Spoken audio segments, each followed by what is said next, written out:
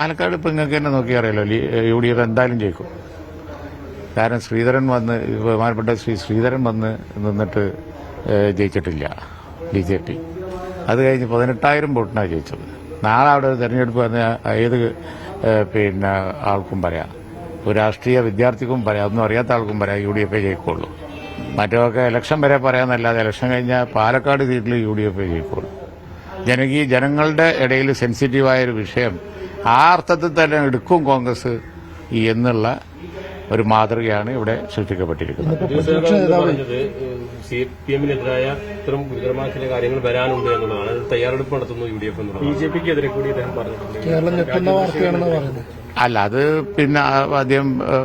അദ്ദേഹത്തിനല്ലേ അറിയുള്ളൂ. കാരണം വെച്ചാൽ അത് അദ്ദേഹം പറയാൻ പോകുന്നല്ലോ. പറയാൻ പോകുന്ന വിഷയത്തെക്കുറിച്ച് പറഞ്ഞതിന് മുമ്പ് നിങ്ങൾക്ക് പറയാൻ കഴിയില്ലെങ്കിൽ എനിക്കെങ്ങനെ പറയാൻ കഴിയില്ല.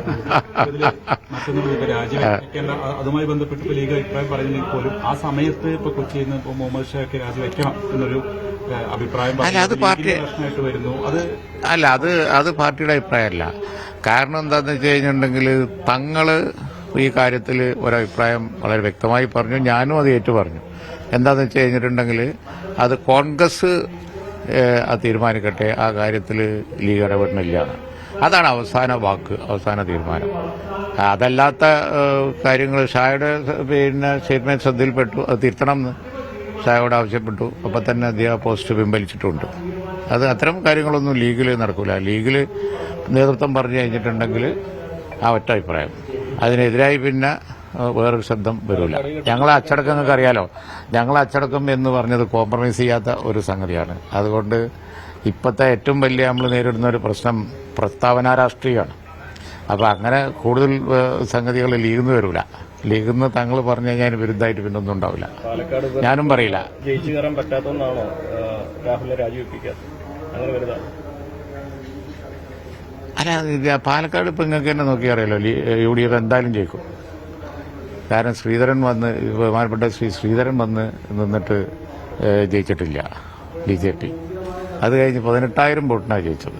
നാളെ അവിടെ തെരഞ്ഞെടുപ്പ് വന്ന ഏത് ആൾക്കും പറയാം, ഒരു രാഷ്ട്രീയ വിദ്യാർത്ഥിക്കും പറയാം, ഒന്നും അറിയാത്ത ആൾക്കും പറയാം UDF ജയിക്കുള്ളൂ. മറ്റൊക്കെ ഇലക്ഷൻ വരെ പറയാമെന്നല്ലാതെ ഇലക്ഷൻ കഴിഞ്ഞാൽ പാലക്കാട് സീറ്റിൽ UDF ജയിക്കുള്ളൂ. അവിടെ UDF-ന്റെ അതിശക്തമായ പഞ്ചായത്തുകളാണ്. മുനിസിപ്പാലിറ്റിയിലെ ഒരു പോക്കറ്റിൽ മാത്രമാണ് BJP-ക്ക് ഏതാനും വോട്ടുള്ളത്. എങ്ങനെ ജയിക്കാനാ? ഇടതുപക്ഷം അവിടെ തേർഡ് പാർട്ടിയാണ്. അപ്പൊ അതുകൊണ്ട് ഇതൊക്കെ വെറുതെ പറഞ്ഞുകൊണ്ടിരിക്കുക എന്നല്ലാതെ ഈ പാർട്ടിയിൽ നിന്നടക്കം പുറത്താക്കിയ ഒരാളെ MLA സ്ഥാനത്ത് തുടരുക എന്ന് പറയുമ്പോൾ അത് ജനങ്ങൾക്കെതിരെയുള്ളതല്ല എന്നുള്ളതാണ് LDF ഉയർത്തുന്ന ഒരു ആക്ഷേപം. അല്ല, ധാർമ്മികമായി MLA സ്ഥാനത്ത് LDF ആണോ ഇത് പറയുന്നത്? സ്വയം ചോദിക്കേണ്ട ചോദ്യമാണ് അവര്. അപ്പൊ ഇവിടെ സസ്പെൻഷനെങ്കിലും ഉണ്ടായിട്ടുണ്ട്, അവിടെ അതുമില്ലല്ലോ.